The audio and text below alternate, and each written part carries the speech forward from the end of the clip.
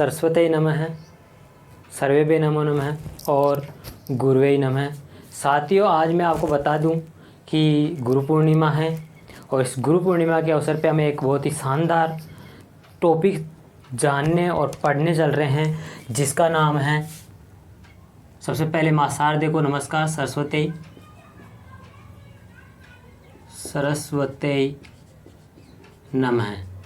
और अब हम चलते हैं अपने टॉपिक, उसका नाम है उच्चारण स्थानानि, यानी कि बहुत ही महत्वपूर्ण बिंदु है। ये हमारे एग्ज़ाम में 2-3 क्वेश्चन टिपका देते हैं बीच में, यानी कि 2-3 प्रश्न आते ही आते हैं। तो हमें उच्चारण स्थानों का ज्ञान बहुत अच्छे से होना चाहिए। तो आइए हम उच्चारण स्थानों का ज्ञान प्रारंभ करने से पहले, आज गुरु पूर्णिमा है, गुरु जी को नमस्कार कर लेते हैं, गुरु वंदना का उच्चारण कर लेते हैं। ठीक है। गुरुर्ब्रह्मा गुरुर्विष्णु गुरुर्देवो महेश्वर गुरुर्साक्षात् परब्रह्म तस्मै श्री गुरुवे नमः।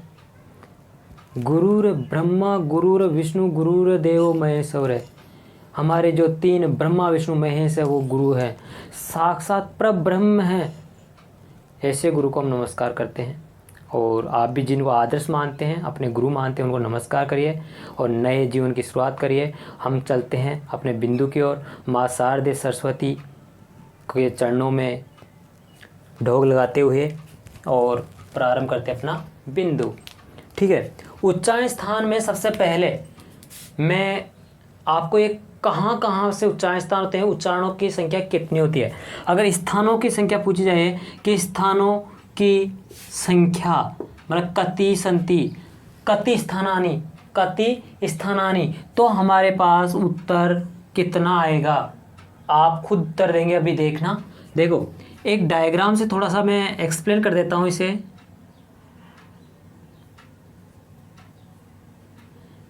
ये इसकी नाक है, थोड़ी सी बड़ी बना देते हैं नाक को, और ये इसकी टोड़ी है। कैसा बना? अच्छा बन गया क्या? चलो, यहाँ से ये आदमी बना दिया अपन ने। इसके यहाँ पर एक सभी के अंदर होता है, धड़कता है, क्या कहते हैं उसको? हृदय। दिल पे मत लो, हृदय कहते हैं, हृदय कहते हैं ना, हृदय कहते हैं। यानी कि हमारे यहाँ पर इस हृदय के अंदर बहुत सारे भाव विचार होते हैं ना, विचार और भाव। उनको हम प्रकट करते हैं किसी न किसी एक माध्यम से। वो माध्यम जो होता है हमारा भाषा कहलाता है। और लेकिन वो यहाँ से निकलने के लिए क्या करना पड़ता है, यहाँ पर हमारे होठों के आगे दांत होते हैं और वो दांत मसूड़ों से बंधे हुए रहते हैं। किन से? मसूड़ों से। लेकिन यहाँ मसूड़ों के बाद में एक स्टार्ट हो जाती है इस टाइप की एक नलिका, जिन्हें हम यहाँ से यहाँ तक, फिर यहाँ पर, ऐसे कुछ हिस्से होते हैं। तो पहला जो हमारे पास हृदय आ रहा है, क्या आ रहा है? सबसे पहले यहाँ कंठ आता है, फिर कांकल आती है, फिर तालु आता है, फिर मूर्ध आता है, फिर दंत आते हैं। क्या आएंगे फिर? दंत ऊपर के ले लो, नीचे के ले लो, दंत आएंगे, फिर होठ आएंगे, फिर नाक, एक नाक रह गई, नाक आएगी, नासिका। इस प्रकार से आप गिनेंगे और एक जीभ आएगी, जो यहाँ अपन अगर होठों के बीच से बात करें तो जीभ होती है हमारी, तो उसे कहते हैं जीभ, यानी कि जीवा होती है ना। कितने हो गए? 1 2 3 4 5 6 7 8 हो गए क्या? यानी कि 1 नंबर में इसको दूं, 2 नंबर इसको दूं, 3 नंबर इसको दूं, 4 नंबर इसको दूं, 5 इसको दूँ, 6 इसको दूँ, 7 इसको दूँ, 8 इसको दूँ। क्रम होगा वो मैं क्रम बता दूंगा आपको किस तरह से होगा। लेकिन अगर मैं सबसे पहले अपने भाव विचारों यहाँ से प्रकट करूँगा, खंड पे जाके टकराएंगे, फिर यहाँ के बाद में न टकराएंगे तो तालु पे टकराएंगे, काकल पे नहीं तो तालु पे नहीं तो मूर्धा पे, मसूड़ों पे, फिर वहाँ भी नहीं टकराए तो दांतों से भी नहीं टकराए तो होठों से भी होठ बंद कर लिए तो नाक से हवा निकलेगी और जीभ क्या करती है, स्पर्श, इसलिए जीवा जैसे एक उच्चारण स्थान एक वर्ग का लेके देख लेते हैं अपन। वर्ग है यानी कि पै वर्ग। पै वर्ग का उच्चारण में बोलता हूँ पै, फै, बै, भै, मै। मैंने पूरे वर्ण बोले तो मेरे होठ बंद होकर के फिर हवा बाहर निकल रही है। आप भी उच्चारण करके देखिए पै, फै, बै, भै, मै। मतलब ये होठों को क्या कर रहे हैं, सारे के सारे वर्ण स्पर्श कर लें तो इनका नाम कह सकते हैं हम कि इनका उच्चारण स्थान क्या है, ओष्ठ है। ठीक है, तो ये डायग्राम। अब एक दूसरी बात कि हम स्थानीय नाम दे देते हैं, स्थानीय नाम मतलब कि हम जैसे राजस्थान में रहने वाले निवास करने वाले व्यक्ति को राजस्थानी कहते हैं ना। गुजरात में निवास करने वाले को गुजराती कहते हैं। पंजाब में निवास करने वाले को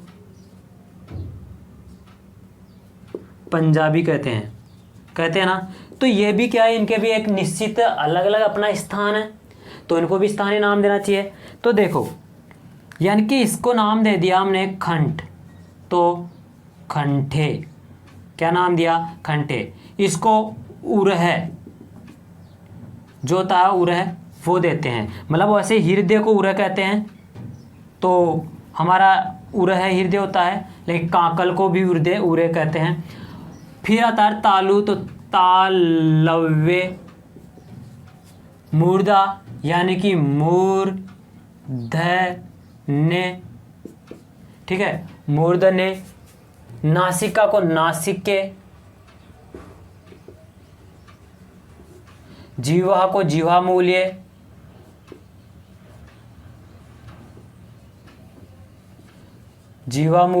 दंत को दंते और ओष्ठ को ओष्ठे। इस तरह से इनको नाम दिया गया, स्थानीय नाम।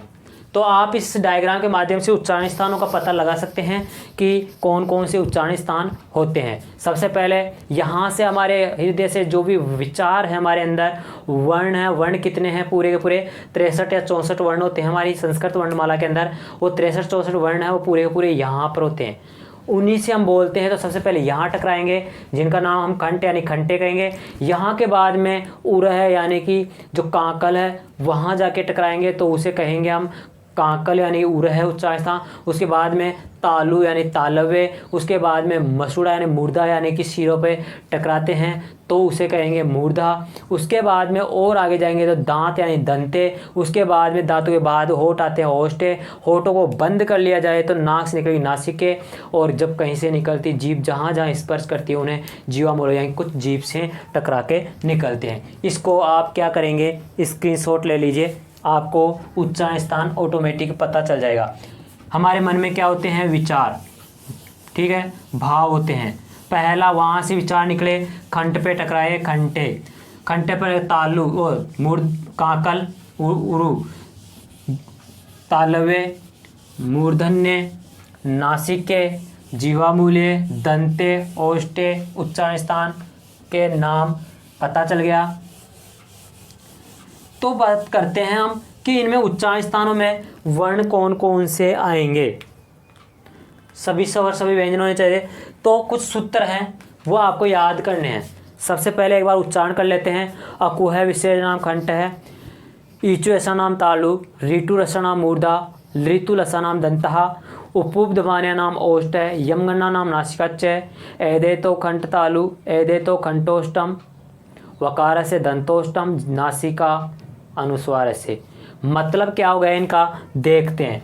मतलब हो गया, इसका मतलब क्या है, ए और आ दोनों, ए और आ दोनों हैं इसका मतलब, ए का मतलब, या मैं यहाँ डायरेक्ट इसका विच्छेद करता हूँ एक बार। ए कु विसर्ग खंठे यानी कि खंठ है, इसका मैंने एक बार क्या किया, विसर्ग कर दिया, तोड़ दिया इसको। ई, इसको भी तोड़ लेता हूँ। ई चू ये से तालु, ठीक है, इसको भी तोड़ लेता हूँ। री टू रे से मूर्धा, फिर इसका भी कर लेता हूँ। ली तू ले से दंतहा, इसका भी कर लेता हूँ। उ पु ध उपधमानीय ओष्ठ, और इसका करते हैं ये मैं न न नासिका, इसका करते हैं ए आई कंठ प्लस तालु, इसका करें तो ओ औ कंठ ओष्ठ, इसका करें तो वकार से दंतोष्ठ, दंत प्लस ओष्ठ, और इसका करें तो जीवा मूल। जीवा मूल में क्या क्या आते हैं, एक तो अर्ध विसर्ग क, अर्ध विसर्ग ख, ठीक है, इसका जिह्वा मूल, मूल्य कह सकते हैं, जिह्वा मूल्य, और अनुस्वार नासिका। ये हमारे पास क्या हुआ, इन सूत्रों को मैंने विच्छेदित किया, अलग अलग किया, तो क्या क्या निकला, ए कु है, ए कु सॉरी है भी रह गया यहाँ पर, कु है, ए कु है विसर्ग खंड, मतलब क्या हुआ कि ए कु है और विसर्ग जो है वो खंड से बोले जाएंगे। ई चू ये से तालु से बोले जाएंगे, री टू रे से मूर्धा से बोले जाएंगे, री तू ल से दंत से बोले जाएंगे, ऊ पू उपधमानीय नाम ओष्ठ आया था ना, यानी कि उपधमानीय ओष्ठ से बोले जाएंगे। यम गणना नाम नासिका, यानी कि यम गणनम नासिका से बोले जाएंगे। ए आई खंड और तालु दो जगह से बोले जाएंगे। ओ औ खंड और ओष्ठ से बोले जाएंगे, वह है जो दंत और ओष्ठ से बोला जाएगा। अर्ध विसर्ग क और ख ये जीवा मूल से बोला जाएगा, और अनुस्वार जो होती है हमारी बिंदी होती है वो बोली जाएगी हमारे नासिका से। अब एक बार मैं इनमें उच्चारण लिख देता हूँ किस किस प्रकार होंगे। देखो इधर देखना, आप बहुत ही इजी में समझाऊंगा शानदार तरीके से। ए का मतलब आता है कि ए आ, कु का मतलब आता है क ख ग घ न, और है का मतलब आता है फिर है और विसर्ग, है और क्या विसर्ग। ये उच्चारण स्थान कहाँ से हो गया, खंड से, ठीक है। तालु में ई हो गया, चू का मतलब च छ ज ज ङ हो गया, ये और स हो गया, ये और स हो गया। फिर ऋतु रसनाम यानी क्या आ गया, री आ गया और री दीर्घ री आ गया। टू का मतलब ट ठ ड ढ और न, ठीक है। ट ठ ड ढ न, ड ढ न। फिर क्या आ गया, र और स, र और स, र और स। फिर उसके बाद लितुलसनाम, ली एक ही आता है। अगर इसको प्लुत ग्रहित कर लेते हैं तो 64 व्यंजन स्वरों की संख्या 64 हो जाती है, मतलब स्वरों की संख्या 22 हो जाती है। इसको अगर प्लुत ग्रहित नहीं करते, प्लुत में नहीं गिनते हैं, तो सिर्फ ये वाली रसु रहता है। और स्वरों की संख्या कितनी रहती है, 21, त थ द ध और न, फिर हमारे पास क्या है, ल और स, ल और स। ठीक है, आगे देखते हैं। यहाँ पर ये ड का कंफ्यूजन था, यहाँ ये ड आएगा और यहाँ ये ड आएगा। ठीक है, फिर उपउपधमान या नाम उ, दोनों आगे रस्व दीर्घ। इसके बाद पु मतलब प, फ, ब, भ और म आ गया। और यहाँ धमानी उपधमानी वर्ण जो है हमारे अर्ध विसर्ग होते हैं, जिन्हें हम कहते हैं, इस तरह से होता है प, इस तरह से होता है फ, इन्हें कहते हैं अर्ध विसर्ग। क्या कहते हैं, अर्ध विसर्ग। ठीक है, फिर नासिका, इसमें य, म, ng, न, यानी कि नासिका से होते हैं।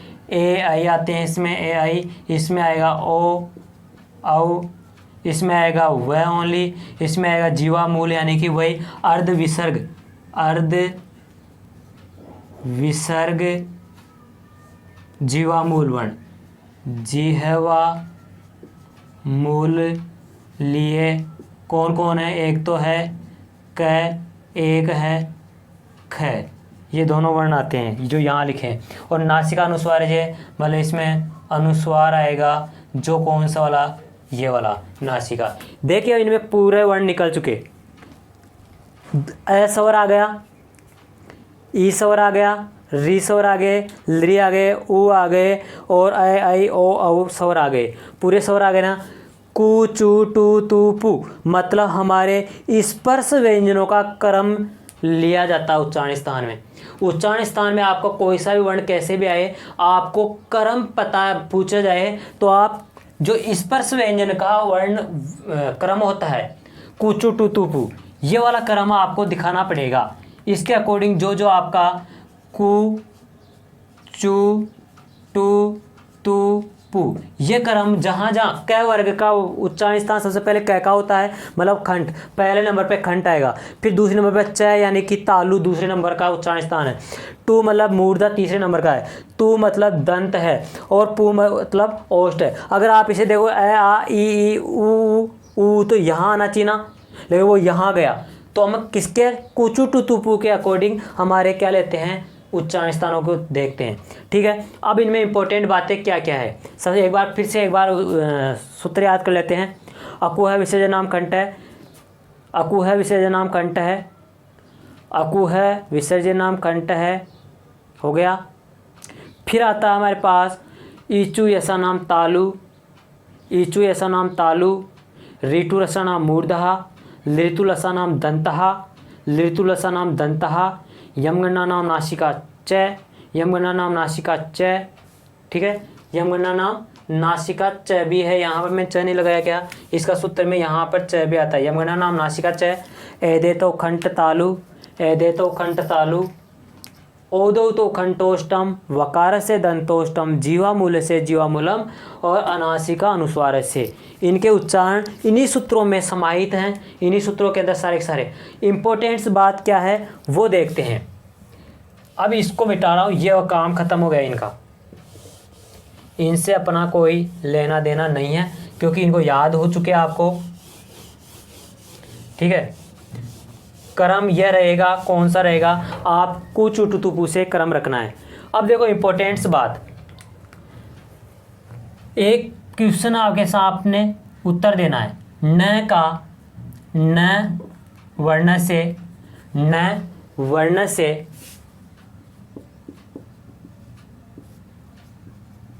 उच्चारण, न वर्ण से उच्चारण स्थान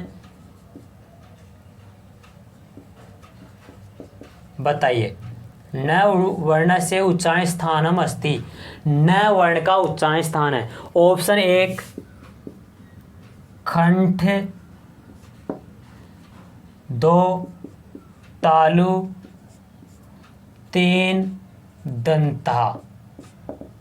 दूसरा एक पहला क्वेश्चन, इसके अकॉर्डिंग पहले क्वेश्चन का उत्तर बताना है। ये पहला क्वेश्चन है, इसका उत्तर आपको बताना है किसके अकॉर्डिंग, न के। दूसरा इसी पे फिर क्वेश्चन आधारित है। पहला ऑप्शन होगा उसका कंठ नासी प्लस नासिका, दूसरा ऑप्शन है इसमें दंता, ठीक है। तीसरा है कोपी न। तीसरा प्रश्न है इसमें खंठ, पहला ऑप्शन है खंठ, यहाँ तीसरा ऑप्शन, तीन ही ऑप्शन है, तीन में तो कर सकते हो खंठ। दूसरा है नासिका, तीसरा है उभौ और चौथा है कोपिन। बताइए, इस तरह से आपसे क्वेश्चन है, सिर्फ ये एक न का उच्चारण स्थान पूछा है। घोड़ा कर देता हूं न के, ये रहा इस वाले न का। अगर आपसे पूछा जाए न का उच्चारण स्थान खंड आ रहा है तो सबसे पहले खंड ढूंढना है। खंड है तो पहले में खंड, दूसरे में तालु, तीसरे में उदाहरण में दंता है, तो ये तो है ही नहीं, ये भी नहीं है, मतलब पहले क्वेश्चन का पहला सही। दूसरे में भी वही कह रहा है कि न का उच्चारण स्थान है, खंड है क्या, खंड है, ये कह रहा प्लस नासिका भी कहे क्या इसके साथ। नासिका कहाँ है, ये रहा, इसमें ना आया है क्या, आया, ये रहा, आया ना, तो मतलब नासिका भी है। फिर दंत है क्या, नहीं है, कोपी न तो है ही नहीं, तो यानी इसका भी पहला है। अगला कह रहा है न का उच्चारण स्थान क्या है, खंड है, नासिका हमें पता है, उभौ मतलब ये दोनों ही है, कोपी न, तो इसमें बताओ क्या लगाओगे, खंड तालु, तो दो ऑप्शन तो लगा नहीं सकते, एक साथ दो घोड़े तो भर नहीं सकते, क्या करोगे, उभौ मतलब पहला और दूसरा दोनों ही है। इस तरह से क्वेश्चन आपसे पूछा जा सकता है। अब क्वेश्चन है आपके पास कि ऐसे कितने वर्ण हैं, कति वर्णा सन्ति, दो दो जिनके उच्चारण स्थान है, द्वि उच्चारण स्थान, द्वि उच्चारण स्थान मतलब दो से, दो जगह से दो स्थान वाले वर्ण कितने हैं, कति वर्णा सन्ति, कितने हैं। हिंदी में लिख रहा हूं क्वेश्चन, आप आराम से करें, दो स्थान वाले बताने हैं। Option 1 5, second option 8, third option 10 और फोर्थ ऑप्शन सभी, मतलब 5 भी हो सकते हैं, 8 भी हो सकते हैं, 10 भी हो सकते हैं। ऐसा हो सकता है क्या, हो सकता है, सर्वे भी हो सकता है यहाँ पर। दूसरा क्वेश्चन, वकारस्य उच्चारण स्थान, वकार का उच्चारण स्थान। तीसरा क्वेश्चन, नासिका कस्य उच्चारण स्थान, नासिका किसका उच्चारण स्थान है, ठीक है। ऑप्शन, इसके ऑप्शन दे देता हूं, इसके ऑप्शन में आपको मिल जाएगा अनुस्वार, क, ट, त, ये वर्ग हैं पूरे, ठीक है। यानी कि जो नासिका है वो क वर्ग का उच्चारण स्थान है, या ट वर्ग का, या त वर्ग का, या अनुनासिक का है, अनुस्वार का है। अगला ऑप्शन आपका आ जाता है सर्वे। तो देखिए, क वर्ग की बात करें तो क वर्ग के सिर्फ न का उच्चारण स्थान है, सबके नहीं है, इसलिए आप इसे सही नहीं कर सकते। ट वर्ग में भी लास्ट वाले का है, इसका पूरे का है, अनुस्वार से नासिका। इसमें वकार के दंतोष्ट में यानी व का दंत प्लस ओष्ठ है, और इसमें कह रहा है कितने ऐसे वर्ण हैं जिनके उच्चारण स्थान 5 है क्या, 1 2 3 4 5, हाँ 5 है। 8 है क्या, इनके अलावा और है क्या, नहीं है। 10 है क्या, हाँ 10 भी है, क्योंकि 1 2 3 4 5 वर्ण तो ये रहे जो यहाँ आ गए, और 1 2 1 2 1 2 5 ये रहे, इसके दो जगह से उच्चारण स्थान है, खंड प्लस तालु दो जगह हो गए, दो वर्ण ये आ गए, खंड प्लस तालु ही दोनों के भी दो जगह उच्चारण स्थान है, दो आ गए। खंड तालु वह का भी एक वर्ण ये रहा हुआ है, टोटल ये 5 वर्ण तो ये आ गए, प्लस 5 वर्ण ये आ गए, दोनों मिलकर 10 ऐसे उच्चारण स्थान है, ऐसे वर्ण है जिनके दो दो जगह से उच्चारण स्थान होते हैं, ठीक है। तो अब पूछता है इंपॉर्टेंट क्वेश्चन, उच्चारणों स्थानों की संख्या कितनी है, बताइए, आपके सामने है।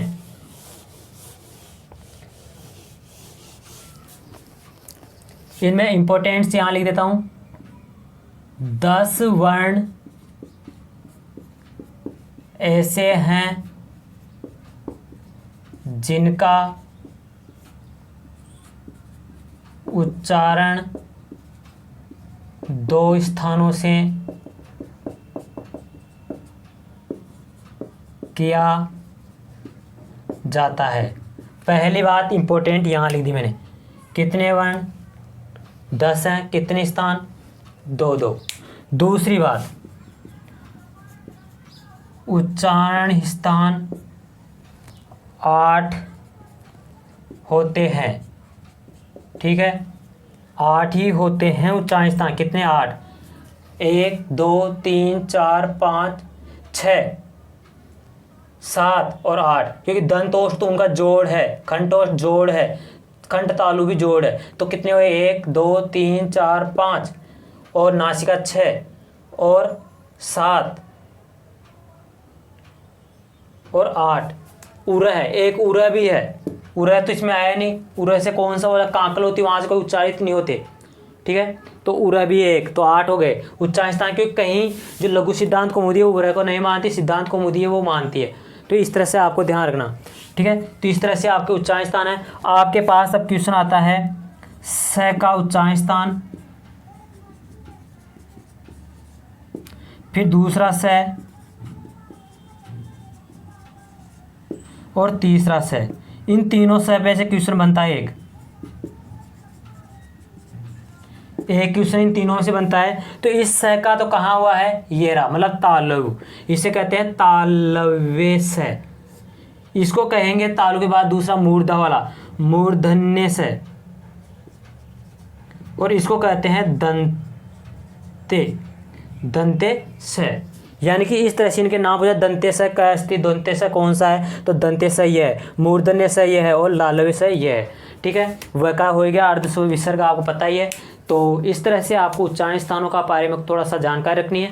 वैसे मैंने ईजीओ में याद करवाई थी एक शॉर्ट वीडियो में, आपने देखा हो तो वीडियो, नहीं देखा तो उसमें सिर्फ उच्चारण स्थानों को याद करने का तरीका था। इसमें मैंने समझाया कहाँ से होते हैं उच्चारित, कितने वर्ण ऐसे हैं जिनका उच्चारण 2 जगह से होता है, 10 वर्ण है ऐसे। उच्चारण स्थान कितने हैं, तो 8 उच्चारण स्थान है। स तीनों स में क्या अंतर है, सिर्फ इनके उच्चारण स्थान से पता चलता है कि कौन सा है। ये स तालव्य, ये तालव्य से, दंत मूर्धन्य से और दंतव्य से, ठीक है।